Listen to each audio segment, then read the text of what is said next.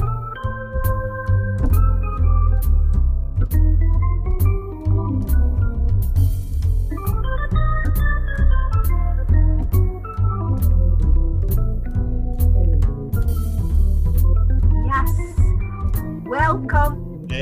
to the Morris Public Library's event today with author Rich Cyr.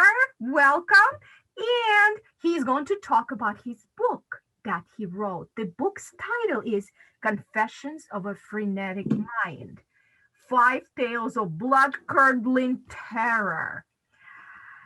And those tales are sure to terrify and will have you sleeping with the lights on for weeks, wonderfully twisted and devilishly creepy. They will have you screaming for more if you survive.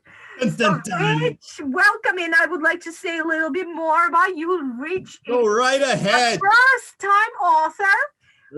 He's also financial advisor, actor, podcaster, voice actor, stand-up comedian, and a motivational speaker. Thank you, Rich, for joining us with the Morris Public Library today. And Rich also is a host of the Nutmeg Chatter, the Close Corner edition on WAPJ 89.9 Torrington Community Radio. Great.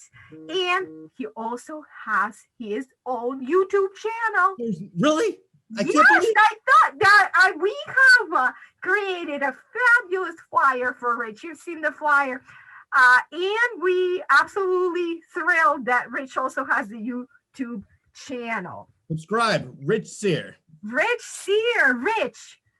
So I'm almost done with my little spiel here. So almost your turn. I just want to tell our patrons that during the presentation, if you could submit your questions to the chat. I see the chat is enabled.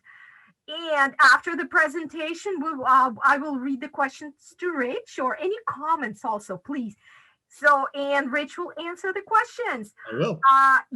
And we'll just have the fabulous presentation. We do have a lot of guests, and thank you all for joining. Ready? I will just ask one question before Rich begins. Whose name is King Diamond? This is the question. I would love to know that. First, I thought it was Matt. I'm not going to be name dropping here, but I thought it was my friend Matt, but it doesn't look like it's him. So, all righty. I want to welcome King Diamond to the Confessions of a Frenetic Mind book talk. All right. So, are we ready to begin? If anyone who wants to respond by King Diamond's real name, they're welcome, and we will later on discuss that in our discussion after the presentation. Rich, welcome. Thank you very much. I want to thank everybody for joining my book talk. It's such a special day. I even went home earlier and trimmed my nose hairs. That's how important this is to me. So I appreciate everything. And Elena, I do have to say, I really, really do appreciate your intro. It sounded more like an obituary. The only thing missing from that was he was found dead, lying face first in the road. So thank you. You're so very welcome. I tried. I was only hoping, though, you were going to make it last a little bit longer because, it's an hour long. I have not much to talk about. As everybody knows, I really don't like to talk. I think. Well, anyway, let's get to the book talk. Originally, let's talk about this. Elena heard me on a podcast, and I was talking about the different book signings that I did on this book because, let's face it, the book was written 2 years ago, so I'm trying to call this the Milking It for All It's Worth book tour. And Elena said, I would love to have you at the Morris Library. Unfortunately, the pandemic hit, so it actually worked out better because so many people went to the West Hartford Barnes & Noble and then the Torrington Library, and some of you are here as well. So there's a lot of people on Zoom that I'm seeing right now, especially King Diamond. He couldn't make it to Barnes & Nobles, but King Diamond can make it on Zoom. So I'm actually liking this Zoom talks. So let's get started. The book, as I mentioned, was written 2 years ago, and I want to go through the different stories as Elena was talking about. It's 5 Tales of Blood-Curdling Terror. I'm going to go over a synopsis of each one. Robbie's Revenge. What happens when a printer begins controlling your emotions and destroying your life? You want to find out? Buy the book. Can't catch a break.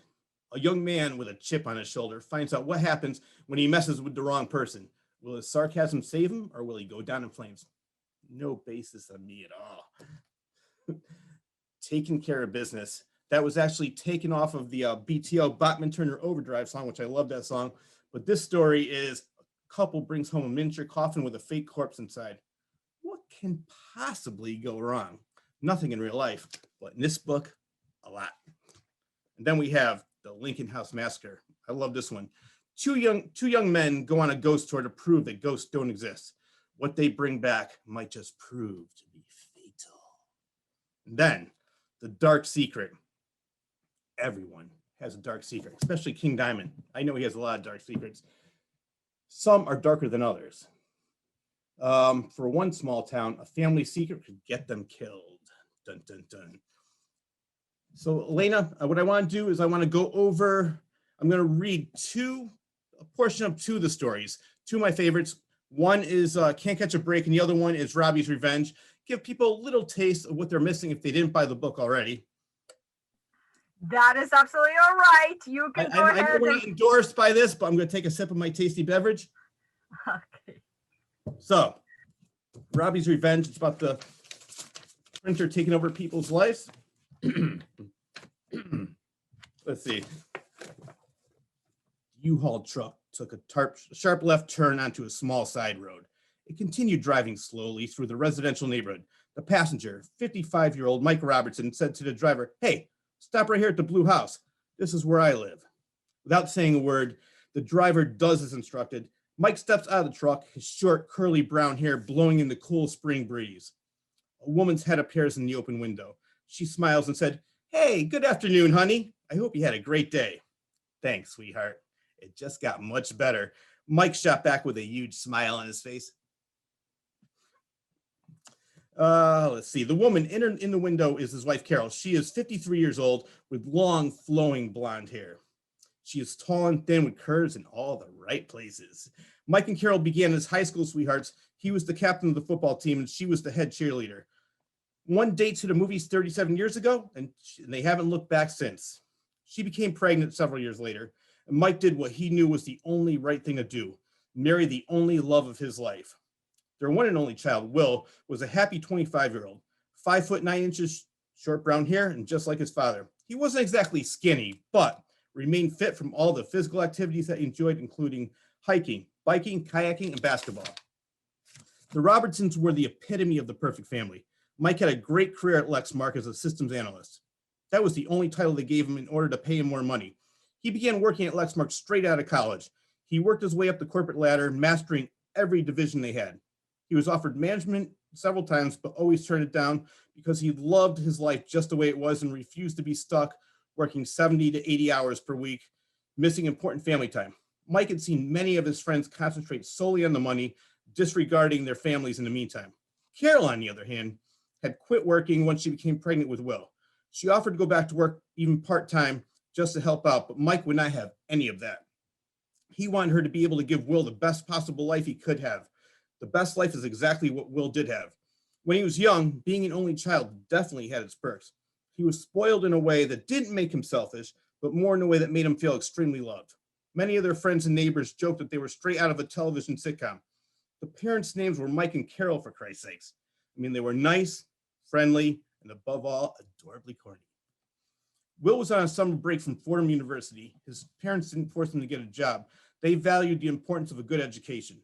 They were well off financially and loved having Will living at home until he became the high-priced attorney he was working on becoming. The U-Haul driver opened up the back of the truck, grabbed his hand truck, and loaded 4 big boxes onto it. Mike stood at the back and said, "Hey, bring them over to the edge and hand them to me. I'll take them down for you." "Thank you, sir," said the driver. "Sir, no need to be so formal. The name's Mike."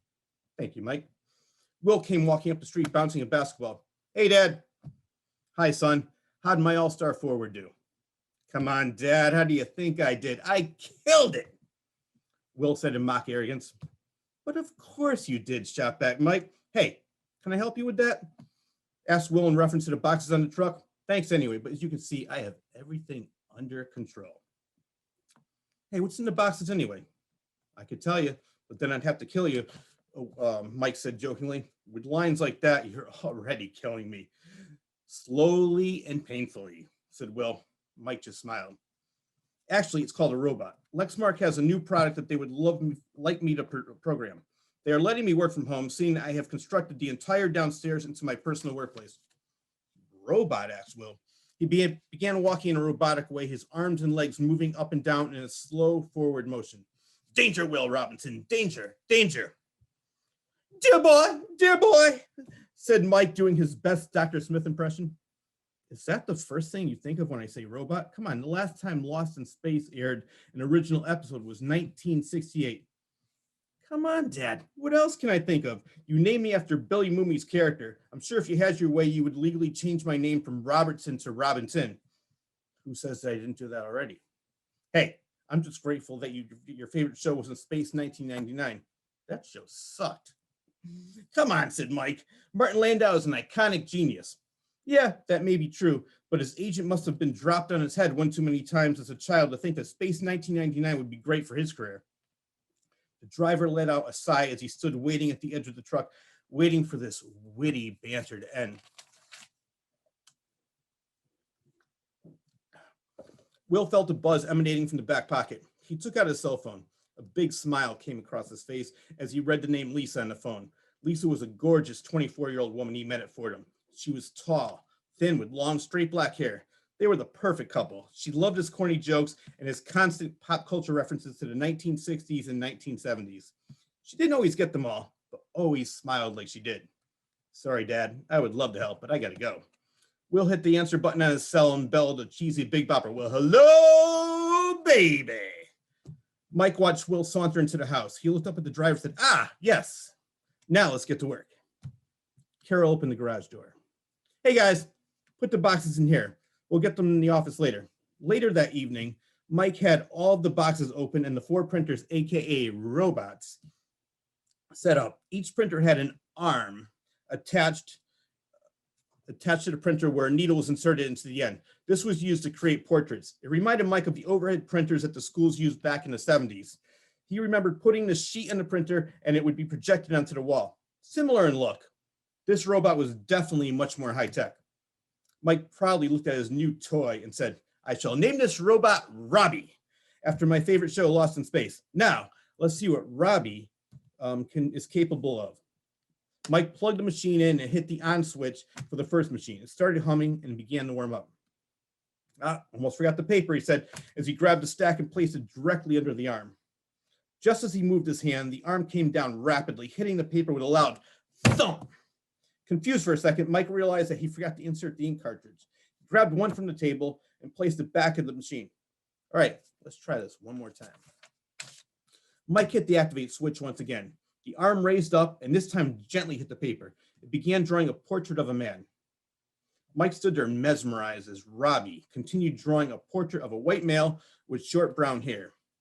The arm came up once again, shifted colors, coming down, this time coloring the eyes. They were a greenish brown, just like his. Adding additional features, Mike suddenly realized that Robbie was creating a portrait of himself. It began drawing a huge, cheesy grin, like that. Mike couldn't understand why, but he suddenly felt like thousands of endorphins were instantly released into his bloodstream. He was always a happy person, but the second that grin appeared, he felt completely overjoyed. He couldn't stop smiling. The machine stopped printing. Mike grabbed his portrait, looked at it proudly. I have to hand it to you, Robbie. You do great work. Now to set up the other 3. The second machine began drawing a portrait of Mike as well. This time, Robbie had Mike looking very solemn. At the exact moment, his mood drastically changed. He no longer felt ecstatic. He abruptly felt very serious, with no interest in joking, or even going upstairs to engage in conversation with his family. What the hell is happening? He asked out loud to himself. A part of him knew that he needed to contact Lexmark immediately to find out what the hell this machine is and where the hell did it come from. He decided to do that at a later time. For some inexplicable reason, he had the sudden urge, more like need, to set up the final 2 arms of Robbie. Again, they were portraits of himself, each with a distinct emotion. One was melancholy, and the other was a look of utter sadness. It even added the special touch of one tear streaming down his face, similar to the 1970s commercial of the Indian looking at all the trash. Normally, an old 70s reference would make him chuckle, but all he felt was complete sadness, bordering on depression. Unable to comprehend what was causing these extreme changes in emotions, Mike once again said to himself, "What the hell is happening?" So that's a little taste of Robbie's revenge. It does go take 5 or 6 different turns. And the one thing I want to say about this story is I'm actually take it as a compliment. I've had several people read it and they told me, "Rich, I love the story. I'm grossed in it. It's just too short," which it's a short story, so it's supposed to be like that. But if their only complaint with that story is the fact that it ended too quickly, I'm really happy to hear that. So that was the last story I wrote. One of the first ones I wrote was "To Can't Catch a Break." With the word break, there's a play on words. It's spelled B-R-A-K-E, and you're going to see why. I'm going to read a little bit of that. And it was a beautiful spring day in the middle of April. Not a cloud in the sky. It was the first time the thermometer read 70 degrees since last September. 24-year-old Alex Larson was awakened by the birds chirping outside his open window. He knew instantly that it was going to be a great day. Why not? He was young, good-looking, cocky, arrogant, and best of all, his parents were rich. He wasn't sure if they were incredibly smart or just plain lucky playing the stock market back in the 80s, but he wasn't sure which one it was, but he really didn't care because he was now reaping the benefits. Anyone looking outside at his high school graduation present would agree. Outside in the driveway was a 2008 red Corvette. Sure, it was a 2008 hand-me-down from his father. His dad ensured that he always had the nicest, best, and most importantly, newest toys. He bought the latest model, leaving his only child his used 2008 car. Used was a tough word to describe the car. It may have been several years old, but his father racked up only 8,000 miles. He always had a reason for not wanting to drive it. It's too cold. It's too hot. It's too windy. There's too much traffic. The list went on and on and on. Alex would definitely not have that problem. He was always looking for a reason to take the car out for a spin. No matter where he was headed, he always made sure to drive by the hottest girl in town, Sally Kukuro. He lived in the small Connecticut town of Woolcott, Connecticut, with a population of 16,000 people, mostly older folks. It was easy for her to stand out from the rest. 22 years old, long wavy blonde hair, and even longer legs, she looked great in a 2-piece bikini. Hell, she would look great wearing a paper bag. Alex had a crush on her ever since 7th grade. She loved flirting, but always turned away his advances. It wasn't until he received his graduation present that she decided to go on a date with him. A part of Alex knew that the car was the only reason she decided to say yes, but his arrogance would not allow him to believe it. He figured once she got to know him, she would become putty in his hand. Chapter 2. Alex jumped out of bed feeling refreshed. He normally had a tough time getting up in the morning, hitting the snooze button 3 or 4 times before actually dragging himself out of bed. For some reason, today was different. Leaving the window and shade open, allowing the sunlight, along with the warm breeze, most likely played a huge factor. He sat up in bed, matting down his short, somewhat curly brown hair. He could never understand how people took showers at night. Besides the fact that it helped him wake up, that was the only way to get rid of the dreaded bedhead that he encountered every morning. He jumped out of bed to make his way to the bathroom when a glare from the bedroom window stopped him in his tracks. There it was in all its glory, his freshly washed and waxed 2008 red Corvette.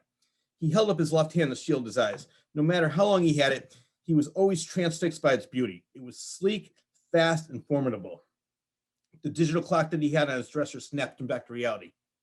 I'm going to change some of the words. There's some swears in there. I know it's a family show, right, Elena? I have to work today, he said. Alex felt that going to college was... You're rich, and we're at the library. Really appreciate it. So I'm going to mute myself now. This is the TV version. Yeah, thank you. Alex felt that going to college was a stupid idea. Why should he or his parents waste their money on 4 years of college when he knew he was set for life? He already had a trust fund set up, and money would never be an issue. His parents had a different definition of the word responsible. They told him that it was fine if he didn't want to go to college, but there was no way he was going to sit home gathering dust and watching reruns of the Jerry Springer show all day. He'd have to get a full-time job. Alex was never concerned about a career because he knew it wasn't necessary. So when it came to finding a job, he never gave it much thought. A family friend was a district manager at Rite Aid, and he was hired as a cashier on the spot. The plot thickens right around now. Hope you're hanging on to the edge of your seat. The clock read 8:30 a.m. He was scheduled for 10. He walked out of the bedroom, down the hallway, through the kitchen, and into the bathroom to get ready. Turning on the shower, he opened up the bathroom window to let some air in. A warm breeze from outside flushed over him. That was the precise moment that Alex made up his mind. I'm calling in sick, he said confidently to himself. He practiced his mock cough several times before calling. Alex knew it didn't sound believable, but you know what? He didn't really care. It was too nice to be stuck at work all day. Today I'm taking Spanky for a ride. Spanky was the nickname that he gave his car. It was a nod to his father's favorite show growing up, which also became his favorite show as well, The Little Rascals. He made the phone call doing his best to sound sick, and Alex could sense that they didn't believe him, but he really didn't care. He only had one thing on his mind: take Spanky out for his first nice spring day, and of course, driving by Sally's house. He took a shower, dressed, and was walking out the door when a cold breeze hit him. You know what? Maybe it's not as warm as I thought. I better go inside to get my spring jacket. Alex went back inside, grabbed a sweatshirt jacket from the closet, and headed back to Spanky. He started the car. It purred like a kitten. He sat there, revving it up, feeling almost orgasmic. He slowly backed out of his parents' driveway, taking it right onto the main road, and began driving. He wasn't sure where his final destination would be, but knew that his first would be driving by Sally's. Hey, it's too quiet. Alex turned the radio on. It was already preset to his favorite satellite station, the 70s on 7. He loved everything from the 70s: movies, music, clothing. I guess I'm just an old soul, he said as he began singing along to Foghat's classic Free Ride. Perfect song for today's activities, he added. While driving, Alex heard a clunking sound. Ugh! He said, turning up the volume and singing even louder. 30 seconds later, the clunking became even louder. What the hell? Alex turned off the radio. The clunking noise stopped. Great. Yeah, maybe I just hit something. He took a left onto Eden Street, which was Sally Street. He applied the brakes as he made the turn. The clunking returned. He took his foot off the brake. The clunking disappeared. He hit the brakes. The clunking reappeared. Come on. Last time this happened, I was on my way to Howe Caverns in New York. I ended up ruining the rotors. Can't let that Spanky endure the same fate. He decided to give it one last test. The clunk reappeared and disappeared once again. Well, off to the mechanic I go, he said in disgust. The small town of Woolkey only had one mechanic that everyone went to. Come to think of it, this small town only had one of everything: one supermarket, one library, and only one mechanic. His name was Paul. He had his own garage, aptly named Paul's Garage, for as long as Alice could remember. His family had been taking their cars there for years. He was hoping that a little nepotism might earn him a free checkup. Alex slowed down to a crawl, not wanting to do any more damage to the brakes. He could see the big blue shop up ahead on his right. He pressed on the gas in anticipation. He looked up to see the traffic light in front of him change from yellow to red. Damn, he said as he slammed on the brakes. You know what words I'm saying? He repeated, slamming the steering wheel with his fist, synchronized with the swearing. This time the brakes made a loud popping noise. Yeah, perfect way to spend my day off, he said. The light turned green. He continued slowly to the parking lot where a big white sign read in bold black letters, Paul's Garage. Yes, we're open. Well, you better be open, he muttered. He pulled the car up to the garage door, parked, got out, and began looking in the garage for Paul. He didn't see anyone. Alex began to call out, hey, Paul, are you there? Nothing. A little louder this time. Paul, I know you or someone else is out in there. Where the hell are you? A door to his left opened. Paul stepped out. He was in his mid-50s, long black hair, somewhat grayish, tied up in a ponytail, looking like he just fell out of a time machine from 1966. He also had a large bear gut. Looking at all the empty Budweiser cans lying around, it wasn't too hard to figure out where that came from. Paul wiped his moist hands on his already greasy shirt and said, hey, can a guy take a in peace? Sorry about that. Hey, aren't you Tim's boy? Alex did not particularly like being called boy, but for a family discount, you can call him whatever he felt like. Yep, that's me, Tim's boy. Alex swallowed hard on that last word. What seems to be the damage, asked Paul. I'm not sure, but the brakes are making some funky noises. I'm no 5-star mechanic like yourself, but I'm guessing it's not a good thing. Paul remained quiet for several seconds, noticing the sarcasm in Alex's voice. Bring the car in. Let's see if this 5-star mechanic can get you back on the road. Alex brought the Corvette in nice and slow as Paul directed him. He stopped the car, got out, and handed Paul the keys. Paul jingled the keys in his right hand as he began looking up and down the fine piece of machinery that stood in front of him. Yeah, it must be nice to be able to afford one of these. I'm lucky if I can make the payments on that load of over there, he said, pointing to his 1995 AMC Concorde. The way business has been lately, I might be living in it as well as driving in it. Alex sensed that Paul was being very condescending, so he, just like everyone else in town, knew that his parents had all the money, not the spoiled little trust fund baby. Alex shot back with his own brand of sarcasm. Well, if that's the case, you might want to drive down south. At least it'll be warm down there. Paul let out a small, humorless chuckle. At least it'll be warm down there, he repeated. Yep, real funny. He paused again. Alex was becoming irritated. A small smile appeared on Paul's face. He waited another 30 seconds, knowing that it was bothering Alex. Finally, he said, well, let's put this beauty up on the lift and see what's wrong with it. Alex backed up as Paul started the car. Hey, be careful, said Alex. Paul laughed as he set the car on the lift. He wasn't in the mood to have some snot-nosed rich kid tell him how to run his business. And when it was on the lift, Paul used the lug wrench to loosen the bolts and remove the tires. He went from front to back, left to right, carefully inspecting the brakes before moving on to the next tire. Alex became impatient and said, well, do you see anything? Paul looked up from his inspection. Do you want this fixed correctly or not? Let me do my job. You'll be the first to find out, I promise. Alex had held both arms up in surrender. All right. I'm going to walk down the street to the diner to get some food.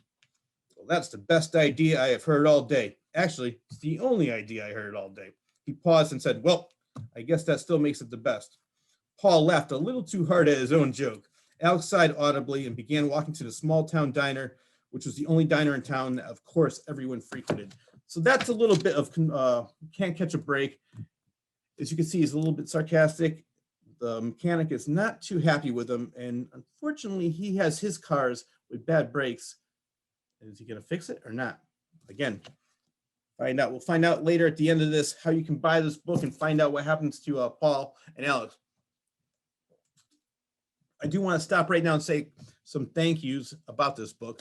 First of all, I don't know if she's on this. I don't see her name, but her name is Liz Cortez. She designed the cover for me, and I want to thank her for that. It's simple, but it's very effective. And then I have a friend. I'm going to get into how I got into writing and how this whole book came about. But his name is Ryan Abbott. He's owner of Rayor Publishing, Rayor. You're going to have to check it out. He has plenty of books that he wrote for himself. Great books. I highly recommend you go on to it. And Ryan, in the chat, you could tell people how they can find your book. And I want to talk about how I got into writing, because I've done so many different things, as Elena has said. I've been in bands, radio, TV, YouTube. And when I was very, very young, I think I was 5 or 6 years old, I was severely shy up until about 11th grade, which I know it's hard to believe. But the only time I really felt comfortable was I would write my own stories and go up into front of the class and read them. And the reaction I got from people was great. I loved it. But then I would go back to my seat and go, okay, don't talk to me, please. Now I do that for other reasons. I don't want to talk to anybody. But my teacher was trying to get me more out of my shell, more comfortable with people. So she enrolled me in creative writing. And I did not want to do that at all. I just liked writing my own stories. And I just liked doing it for fun and reading them. Let me give you an example of how shy I really was. I was sent down to the guidance counselor because they want to know why I wouldn't talk to anybody. Let's just hope this guy got a raise, because now I won't shut up. I do have to say, though, we did write, my brothers and I, when we were younger, we wrote a lot of stories. Unfortunately, we never heard the word plagiarism back then. I'll give you some examples. Back in 1975, I was 7 years old. A small movie came out. I'm not sure if you heard of it. It's a little obscure. It's called Jaws. That came out. And I wrote the best-selling novel that summer called Shark. Great. It was original. And then in 1977, I wrote a great story, original as can be, called UFO. What a coincidence. Steven Spielberg came out with a movie called Close Encounters of the Third Kind that same year. We did have some originals, though, my brothers and I think I'm going to throw Amy's name in there because she lived on the street with me, and she might remember this. But my brothers and I my grandfather built the road and built most of the houses that we lived on. And he built the ponds. My brothers and I would create stories and put shows on for the kids for 25 cents. One of the stories that we wrote was called Killer Seaweed. Oh, it was great.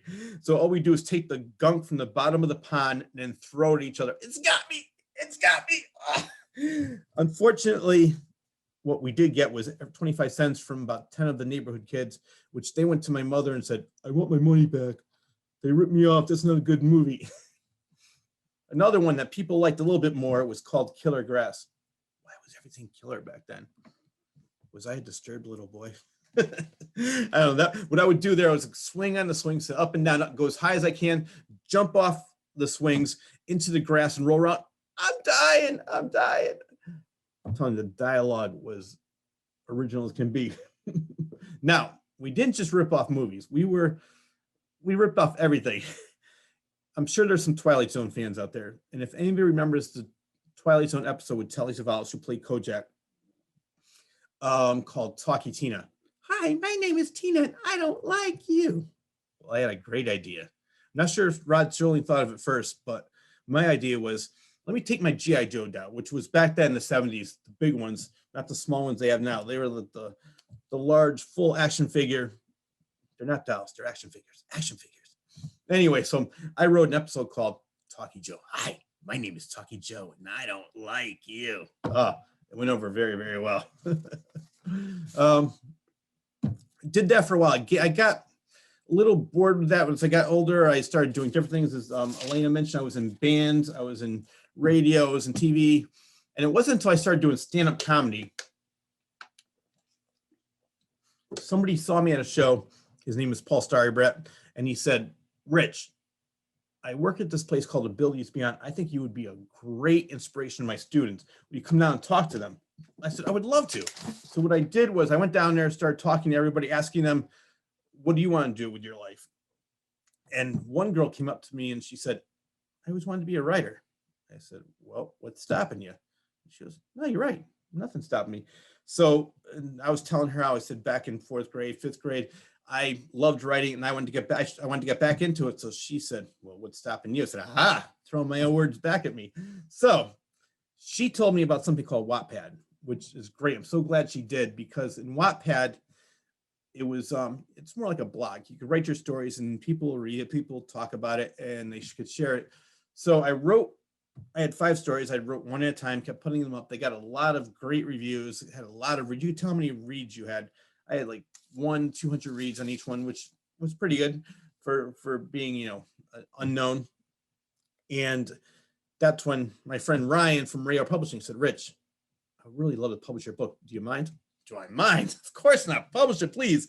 So what he did was he put it on Amazon, and it's been going very, very well there. And he also, at the end of the show, I'm going to tell you how you can get the book, but I also have a lot more swag, including this great shirt that he made and some plenty other things.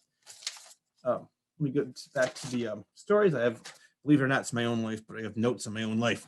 I can't remember. I have the memory of an ant with OCD on speed. A lot of people, it's funny because Stephen King and other authors that I do like always say, the one question I hate is, where did you come up with that idea? And they're like, I don't know where it comes from. Well, you know what? I do know where my stories came from. And I want to go over each story and tell you a little bit where they came from and how I came up with the idea. So Robbie's Revenge was somebody I used to work with, and she sent me an article about this printer that would draw portraits. And I'm looking at it, reading, I said, this sounds interesting. What if they changed your emotions if they, as I read in the beginning? And that just veered off that whole story. And there's 2 kinds of writers: a plotter, somebody who plots the story before they write it, and then a pantser, writing, the seat of your pants. I'm a mixture of both with that story. And it was probably one of my favorites because I'm writing the story. I have no idea where it's going. And in the middle of it, I really had this conversation with myself. I can't wait to see what's going to happen next. I really was so engrossed in the story that the characters took a life of their own. And it's funny because that became most of the people that read that story, their favorite of the book. Can't Catch a Break. It's based on my uncle. He is a mechanic named Paul in Wolcott. And he and I are very, very sarcastic back and forth towards each other. But luckily, he never cut my brakes or he never did anything to my car. But after he read that story, I got a new mechanic just to be on the safe side. The Lincoln House Massacre. It's based on every ghost tour that I've ever been on. every ghost tour that I've seen or been on, they always have the same stories with just different names. And I'll give you an example. This is one story you can go hear on every ghost story.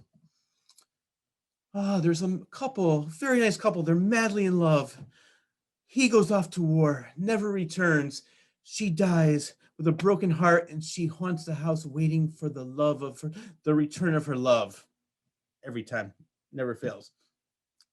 The funny thing about that story is I actually had a quote unquote professional author read the story, and I just wanted his reaction. He goes, "Love the story, great plot. Just sounds like the dialogue is way too phony." The funny thing is that dialogue is almost verbatim of my friend Ryan, the publisher. He and I went on so many ghost tours, and we're just making jokes back and forth. And dialogue is almost word for word of different things that we talked about. The story was phony. So he loved the story, but hated the dialogue. So if there's any writers out there who want to be writers, just write what you like and write what you know and write what you love. Don't worry about anybody else. Don't try to find the audience. Let the audience find you. There's going to be people that like you and people that don't like you. Let's see. We had Lincoln House Massacre. And then we had the last story, Taking Care of Business. That was, as I mentioned before, Bachman Turner Overdrive song. There's a little nod to that, and you'll have to read that story and find out what it is. But that was based on a miniature coffin that I bought at a horror convention. I love going to horror conventions. I love Rock and Shock. I love Chiller, the old Fangoria. And at one of the conventions, I bought a coffin that's probably about this big, can't really see, but inside it has a corpse, and it raises it. And it doesn't say anything in real life, but in my story, there's a little bit more to it. It has sort of the Vincent Price in The Fly. Help me, help me. In real life, nothing happened with that corpse inside the coffin, but in my story, there's a lot that does happen. Dark Secret. That was one of the first stories I wrote. So I was writing that one and Can't Catch a Break at the same time. And from that, I read a news story that stated an Uber driver was killing people. But the one thing about that Uber driver, he never missed a stop. He was killing people, picking somebody up, killing somebody else, dropping them off. So he just, it kept on going. So from that, I said, that sounds like a great idea for a story. But there's a huge twist, because I'm a big horror fan of, I'll give you an example. I love the John Carpenter movies. I love the Sam Raimi movies. I love the early Peter Jackson movies. So once you read that, you're going to see a lot, not similarities. I'm paying homage to some of those stories. And then going through my notes to see what we do. I know it's only 7:39, and we're going to go till 8 o'clock. But I want to see, before we do that, so I do want to see if anybody has any questions. I want to go over all the different swag we do have. And first of all, it's pandemic season, and you cannot go anywhere without a mask. So I just want to make sure everybody is safe. So you have your Confessions of a Frenetic Mind mask. You'll be the envy of all your friends. But I know a lot of people get thirsty. So while it's a night, especially in hot summer day, even, cold winter, you get something warm, but in the summer, get yourself a tumbler. The Confessions of a Frenetic Mind tumbler right there. But some people say, you know what? That's like a nice hot cup of hot chocolate, nice cup of coffee. Well, you're in luck, because we have the Confessions of a Frenetic Mind cup. And I know there might be some wannabe writers out there. Somebody is thinking like, Rich, that sounds like a lot of fun. I would love to write my own story. Well, you're in luck, because we have the Confessions of a Frenetic Mind composition book, where you can, all blank pieces of paper, where you can write all your own ideas in there. Just make sure you thank me in the credits. Also, we got the shirt, Confessions of a Frenetic Mind t-shirt. And last but not least, we have, for you winter people, Confessions of a Frenetic Mind hoodie. So again, I do want to thank Ryan, because not only did he publish my book, but he also took the logo and went crazy with it and made a lot of different things, including, I forgot, almost 2 more things. Bookmark. It was great with any book you're reading. Oh, look at the front and back. And Everybody has a phone. I have not, nobody can leave their house without their phone. And now you don't leave your house without your phone case. Confessions of a Frenetic Mind by Rich Cyr, phone case. So I do want to, excuse me, I do want to thank Ryan once again for making all of that, because it goes great with the book. Oh, actually, in this book event, this book talk, there's one small item I did forget. That might be the book. The Confessions of a Frenetic Mind, 5 Tales of Blood, Curdling Terror. You can buy on Amazon.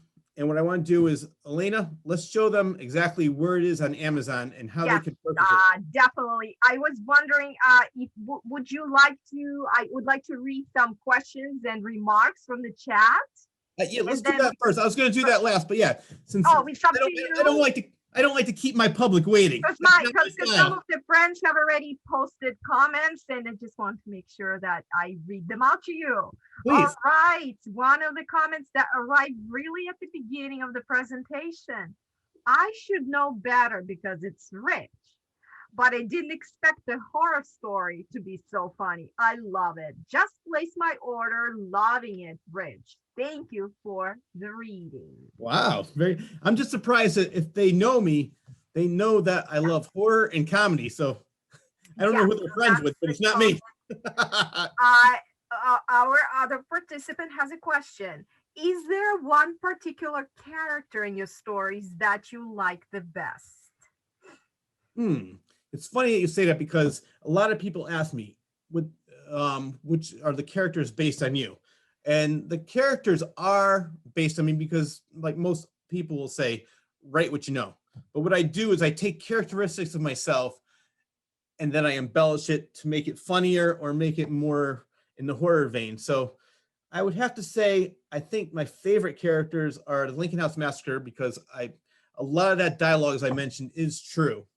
And it's just me being sarcastic, me having fun. But most of the other characters, like, I'm no trust fund baby. I'm not gonna, I wish I was. I wish my parents did play a stock market. I wish I was an only child. But I don't, it's that character, there's some characteristics to me in there, but not really. So I would say that would be the Lincoln House Massacre, the two cousins. Thank you, Rich. So one more comment here, which is next. You are welcome, good sir. Is the comment for one of the participants. And next is one of the patrons wrote that she just figured out how to chat. Yeah, LOL. Hello, Rich. Awesome reading. So these are responses. And also, I will ask everyone who is attending if they could continue placing questions and responses and remarks in the chat. And we will ask the author to answer the questions. So far, no more comments. That's it. Come on. I know that's right. You mentioned you wanted to share some information with the patrons. And then we can get back to comments. I want to put this out there right now. For the people that have already read the book, tell me, what is your favorite story and why? I'm curious to know, because what I like about this book is everybody that I know that read the book has a favorite story, and they're always different. I think it's better that way because everybody has their own reasons for liking it. Now, if everybody liked just one story and hated the other ones, I'd say, okay, well, maybe the other stories aren't that good. But everybody likes a different story for different reasons. So whoever read the book, I know there's a couple of you in there that I can see. Let me know what you like and why, and what you'd like to see me write in the future. I'm just curious. All righty. I do have some comments, and I have one raised hand. And for the person with a hand raised, if you could place your question and comment in the chat. Yes, I see who it is. Great. I do have more things here, Rich. Just a minute. Keep them coming. I know you have shy friends. So the next question: when will there be a story about a deranged Easter bunny? I'm sorry. This is what the question is, and I'm reading exactly to the author. So the author, when will that happen? I'm working on the sequel to Donnie Darko as we speak. All right. Okay. Roger the Rabbit will make his debut soon. I promise. Wonderful. Who doesn't like a deranged bunny? All right, thank you. Our next question. Hey, Rich, enjoyed the midweek entertainment. Placing my order now. Thank you. And the library, you're so very welcome. Thank you for coming. Okay. Hi, Rich. Can't wait to finish the book. All righty. All right. Hi, Rich. Another one. So I'm not giving names because we do have a lot of people attending, so for privacy reasons. Okay, Robbie's Revenge, super clever. Love the mental horror takeover. There we go.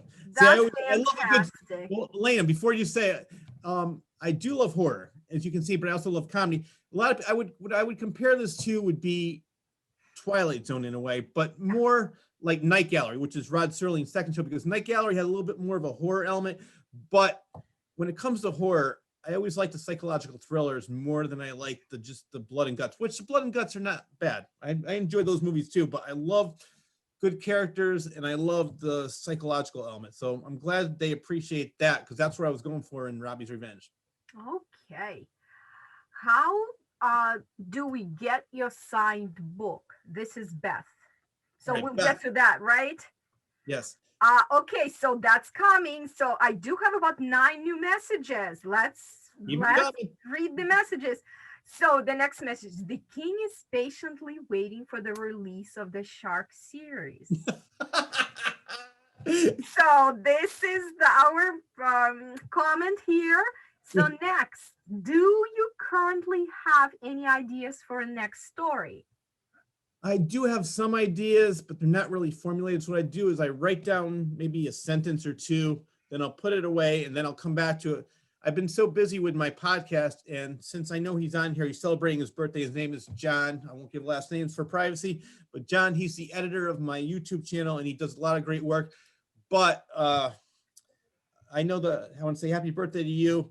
And I don't really have a lot of story. Oh, actually, no, the reason I brought him up was because he owns Elmwood Productions. They make horror movies with puppets. And he was currently talking to me about writing a script for one of his next movies. So I'm going to be probably working on that next. But for my own stories, I do have some ideas. It's just nothing where I'm even near the finishing phase of it yet. Planning. That's fantastic. Okay, so our next comment. Ordering the book tonight. Looking forward to getting it signed at some point. Love your energy. Fantastic. Then another comment. Yes, the deranged bunny is the deranged bunny in a retirement community. When is the story going to be finished? That's another question from one of our patrons. I'm working on it. I promise you. I'm going to come out with a whole series of deranged bunny series. It's gonna be a kid's book. It's gonna be a pop-up book. Okay, this is great. Missed a lot though. Yes, that one must have joined a little later, but to tell everyone that we do have the streaming on Facebook Live right now, and later on we will post the presentation on YouTube. Correct? We will.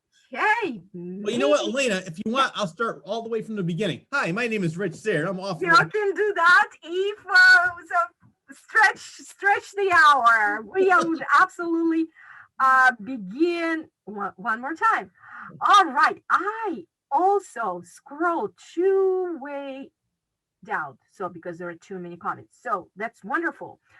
All right, another patron is saying just has figured out how to chat. LOL, wonderful, thank you. Next question, how about a blue alien named Roger?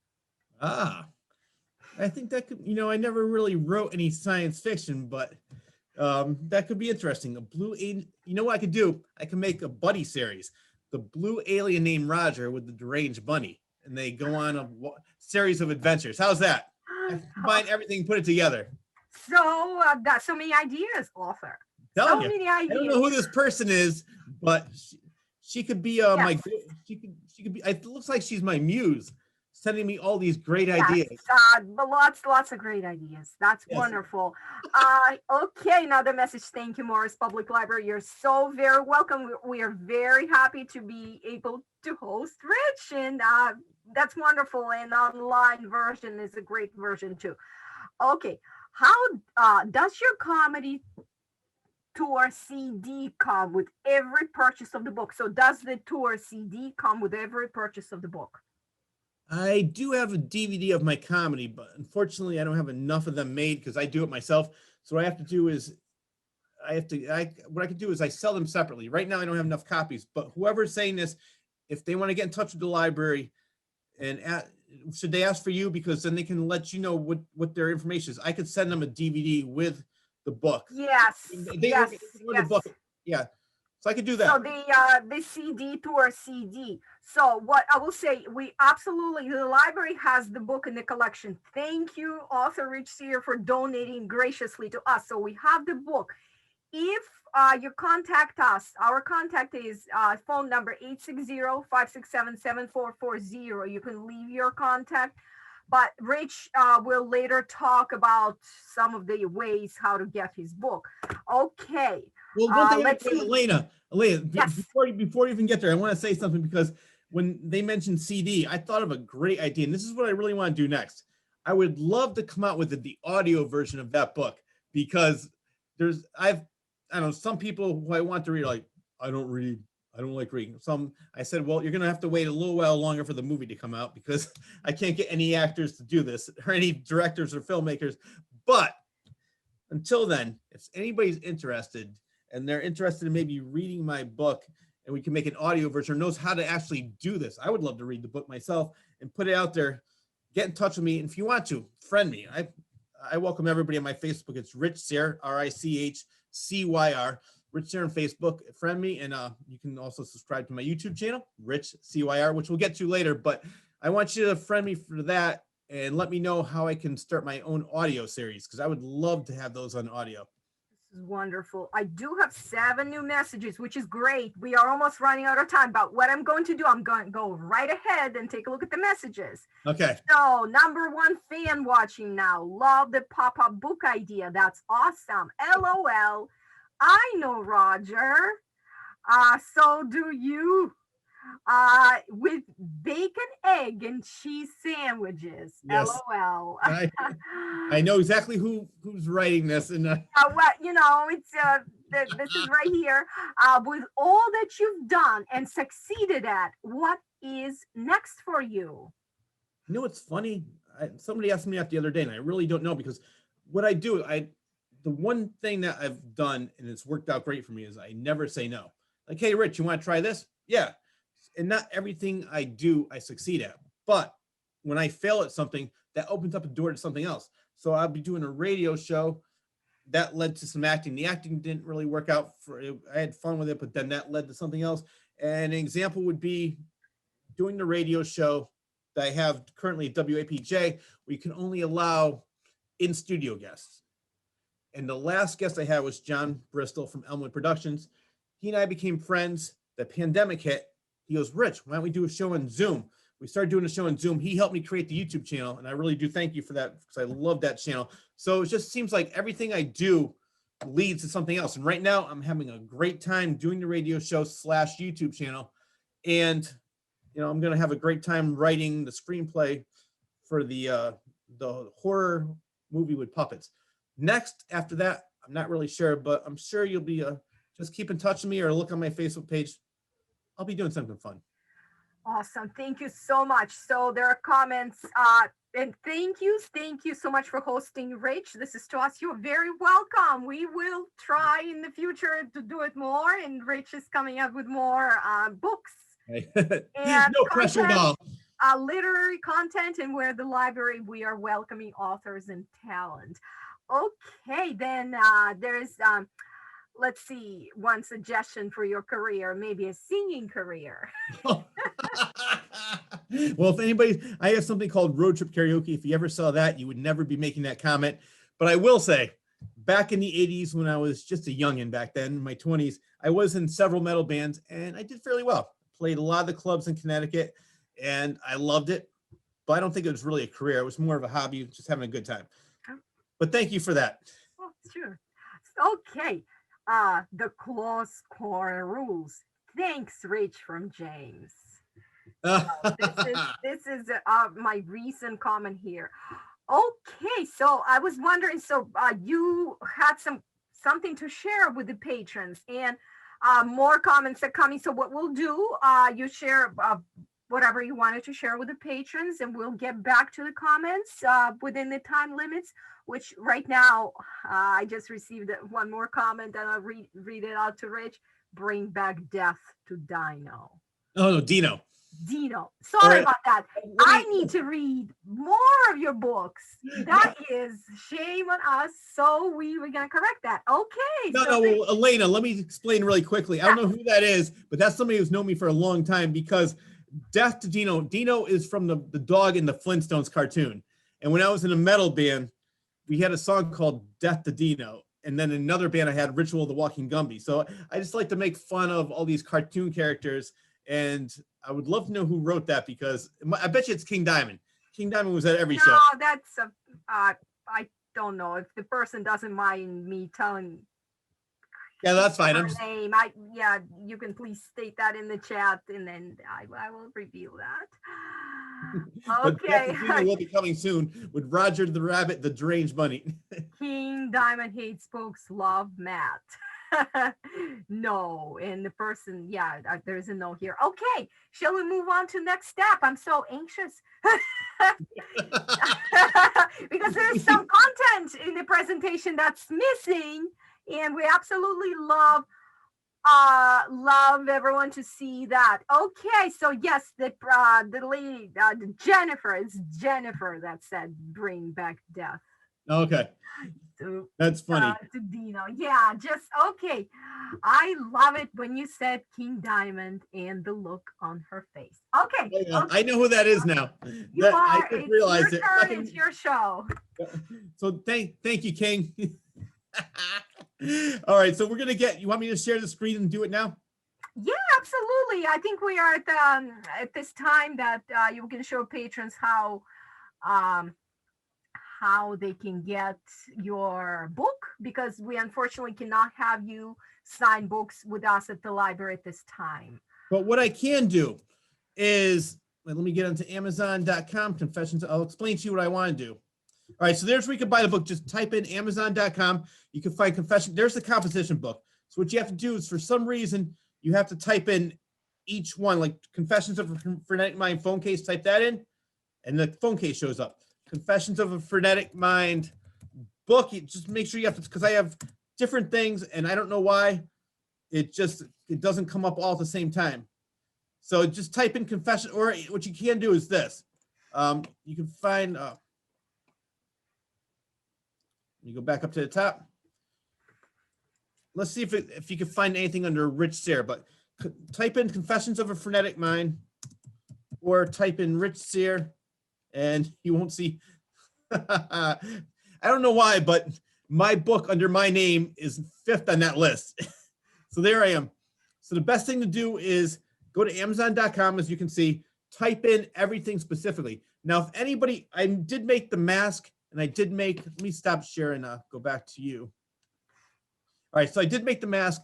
I did make, or Ryan did for me, and the mug of Vistaprint. If anybody wants that, just give me, I can give you, you could ask for my address with Elaine. I'll give her my information. If you send me a check, I will make it and have it mailed to you. Just give me your address too. So I would do that for you. And what was the other thing you were saying, Elena? You were asking about signed books. So if anybody wants a signed book, I will give Elena my address. You can mail the book to my place. I will send it back to you, sign it, and be more than happy to do that. I wish it was post-pandemic and we could do this in person, but I am so very, very happy, Elena, that you had me with the Morris Library. I had such the best time. I can go on for another hour. I'm having such a great time. We are thrilled that we were able to host you virtually, because initially we were thinking of having a big event here at the library, and it has worked out so well. We were able to transfer the presentation to the virtual. In this way, we're really happy that it's so well attended, and thank you everyone for coming. Yeah, and I want to thank everybody for coming. I also want to thank my friends, because my friends are the best. So far, I'm saying this for a reason, not only to brag, but the book signing I had at Barnes & Noble was the biggest local author book signing they ever had. I sold 20 copies and I ran out. The Torrington Library, I sold 9 books. Every other author sold 2 or 3. With comedy shows, they said every show that I put together was the biggest they've ever had. So I have the best fans, the best friends. I want to thank everybody for coming. And Elena, I want to thank you for hosting this. So I'm going to start writing book number 2, featuring Roger the Alien and the Deranged Bunny, Yes. along with their pet Dino. And if I can do another book signing. And that we're hoping it's going to be in person, and it's going to be all great. Or there's always a way to go around that. We can host you virtually. Yeah. All right, just a couple more remarks and thank you guys. Thank you. That was so much fun. It was. I loved it. I had a great time. All right, thank you everyone so much. So as I'm mentioning, this is right now being streamed on Facebook Live. And later on, the presentation can be found on YouTube through the library. And any questions, just give us a call, 860-567-7440. And thank you, Rich, so much. Thank you.